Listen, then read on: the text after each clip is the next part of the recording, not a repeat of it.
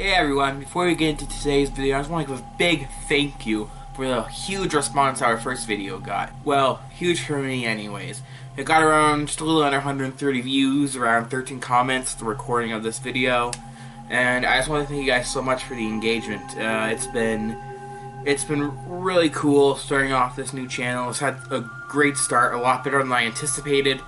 And I really hope to keep this kind of train going, gain more following, see where I can take this channel. Anyway, let's get into our next piece of lost media.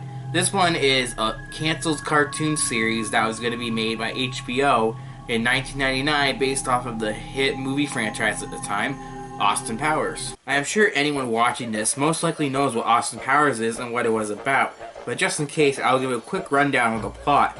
Basically, Austin Powers had 3 movies: International Man of Mystery, The Spy Who Shagged Me, and In Goldmember. Although each movie had its own differences, the basic premise is that a man who was a spy in the 1960s was cryogenically brought back to life in the modern day, which at the time was the late 90s. He now has to get used to life in the modern world, which has greatly changed since the 1960s, from his vocabulary to his sense of fashion, how he treats women, etc, etc. But while this is also happening, he has to face his old arch-rival, Dr. Evil, and later on, a guy named Fat Bastard as well. Look, I know that wasn't a good explanation, really, but this is not a review of the Austin Powers movies, so I don't need a really big synopsis for every single movie. I just had to give a basic rundown, so there you go. Anyways, back to the animated series. New Line Cinema wanted to create the series with Mike Myers, who played both Austin Powers himself as well as Dr. Evil. He also played Fat Bastard and Goldmember in the later films. It was then picked up by HBO, who according to a New Line Cinema official, the production was kept very close to the chest, meaning the producers would keep the show under wraps and didn't want the public to know very much until it was released. 2 writers were then hired on named Nicholas Stoller, who is known for writing a couple of the newer Muppet movies, Captain Underpants the first epic movie, and the live-action Dora the Explorer movie, set to release this year.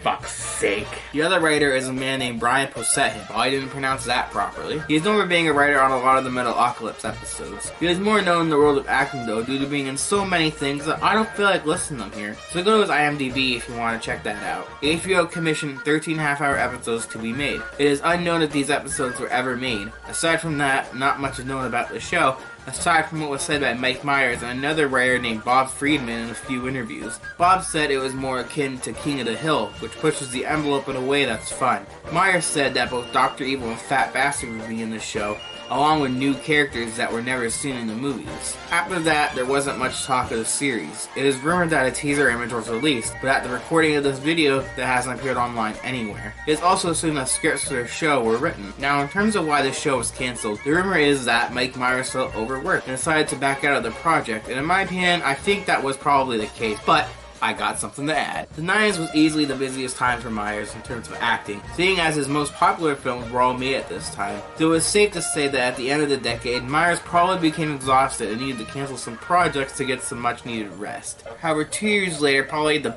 biggest film franchise he's ever starred in released, and since it was animated, it was probably in production at this time, and I'm sure you all know what that is. Somebody once told me the world is gonna roll me. I ain't the sharpest tool in the shed. Yes, Shrek. Shrek came out in 2001, only 2 years after the production was started for the Austin Powers animated series. What I feel happened was production probably became such a big priority for Myers, seeing as he is the main character in the film, so he probably had to back out of the production due to time constraints. Hell, we could go even deeper than that. He could have been contractually obligated to back out of the series. You see, sometimes when actors have main roles in big Hollywood movies, they're sometimes forced to back out of any other productions until the filming of the movie is done. And considering Myers was Shrek himself, and the fact that he didn't do anything else really after the 90s until Shrek, it is definitely possible that DreamWorks made him back out of the show in order to have him for Shrek. I am obviously speculating here though, so don't take anything I say as fact. But if what I said was right, then that's a darn shame, because an Austin Powers animated series would have been really cool as long as it was done right. I wish this could have happened,